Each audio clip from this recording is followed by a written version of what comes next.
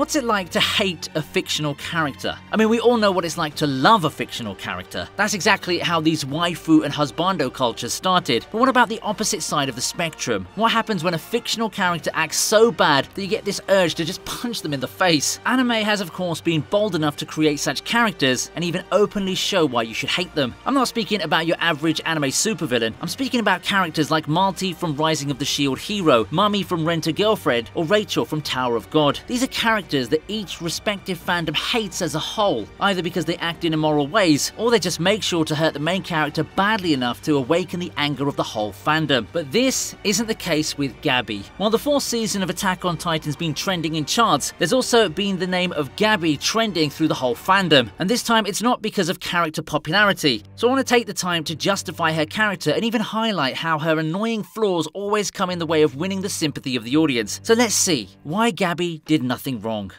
そりゃ見極めるためさ。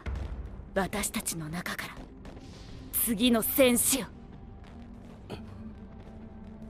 To understand a character, you should first get into her shoes and view the world from her perspective. Gabi was born an Eldian, and I don't have to explain how Eldians were treated in Mali. You either accepted your race was born from the devils and swore off the islanders were your enemies, or you tried to rebel and fight, and then get to visit the island as a Titan yourself. Imagine this being fed into the mind of a 4-year-old day by day until she turns into an age where she can understand things. From the moment Gabi's introduced, you can see she's lacking in the brains department. She may be good at strategy and exploding trains, but she's clearly both arrogant and stubborn to divert away from her viewpoint and believe something else. Reminds you of a certain someone, doesn't it? Gabi's exactly like the female version of child Eren. Eren hated the Titans beyond the wall, and Gabi hated the islanders inside the walls. Why? Because that's the way they were raised. In the very first episode of Attack on Titan, we get this naive ideology of the people that humanity was extinct, people were crowded behind walls, and Titans were their main enemy. Yet I'm speaking about the good old days when no one had to worry about racism, fascism, rumbling, genocide, and all of that propaganda. People simply believed if they defeated the Titans, that they'd have freedom. This is the simple rule that Eren believed in as well, and this turned him into an arrogant brat that didn't listen to what anyone said and only wanted to kill off Titans and find freedom. The same can be said for Gabi. In her eyes, the enemies are the island devils or the so-called citizens of Paradise. If they're killed, their cursed history will be removed and then finally be forgiven. Now, what you need to realize is that we're speaking about children here, not fully grown adults who can separate what's right and wrong. Both Gabi and Eren are children, and they believed in the worldview that was imposed on them. Remember how Eren changed quickly as soon as he realized Titans weren't the main enemy and that there were actually enemies beyond the sea? Well, in the case of Gabi, her enemies came right to her doorstep and then proceeded to burn down the whole house, and that's when things got extreme.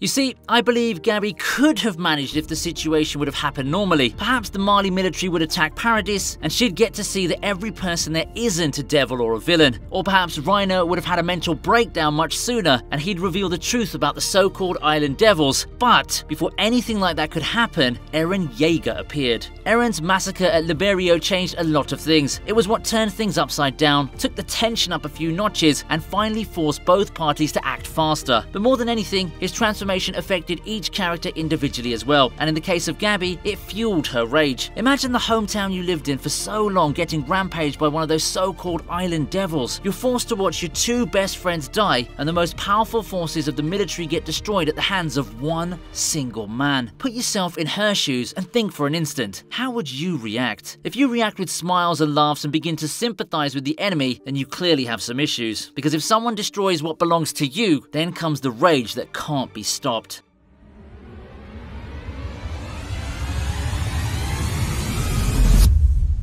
Sasha!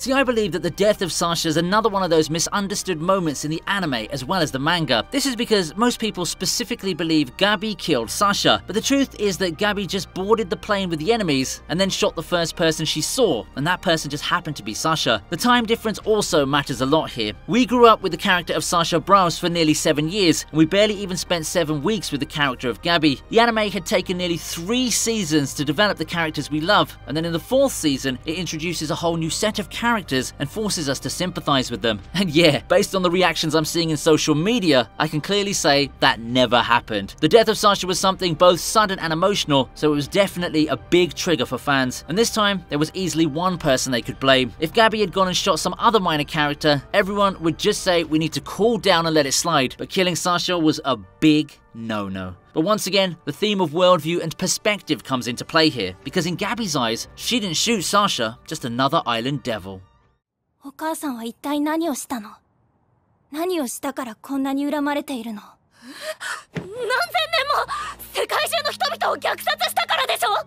So all this time, I've been forcing you to sympathize with Gabi as a character, but I wouldn't do justice if I don't admit her own flaws. I believe any character in any medium should have developed over time, and Attack on Titan is no exception. We've seen many characters change personalities, change their way of living, or even their ideals because of the events happening around them. This is because these characters know how to react to the situation, learn a lesson from it, and then don't make the same mistake again. That's the very simple definition of character development. But then there's Gabi. The main problem I see with Gabi is that she fails to develop as a character even when she gets the chance, and this is one of the reasons why we hate her. To elaborate more, take Historia as an example. In Season 3, she met a turning point in her life as she found her father Rod Reese, but she was quick enough to cast off the naive thoughts of repeating the same old cycle over and over again, and even saved Eren. This is because she recalled the words of Ymir and then realized her own flaws and forced herself not to succumb to them. If Historia just accepted the serum and ate Eren, then clearly she wouldn't be the popular character she is now. Now, Gabi had plenty of times to change her viewpoint, and the most explicit one is the events at the farmhouse. When the topic of the Island Devils come in, Kaya over and over again breaks Gabi's arguments, but Gabi always goes back to her usual theories. The peak of this situation comes when Kaya asks Gabi whether she was there to witness any of these events, and Gabi, being Gabi, still has a rather illogical answer to it. Rather than using these small chances to realize what's wrong with her, Gabi introduces all of them and believes she's right. There should be a limit to arrogance, but Gabi's character exceeds these limits, and this is what makes the fandom hate her even more. So that's Gabi's character summarized. She's stupid, she's arrogant, but she's also a child with a rather brutal worldview forced upon her. If you look at her as a citizen of Paradis, you can clearly call her your enemy, but if you look at her in the eyes of a Malian, then she's done nothing wrong. That's quite simple, isn't it? So should you hate her character? Yes, to a certain extent, because she did take the life of one of your favorite characters, but did she do anything wrong?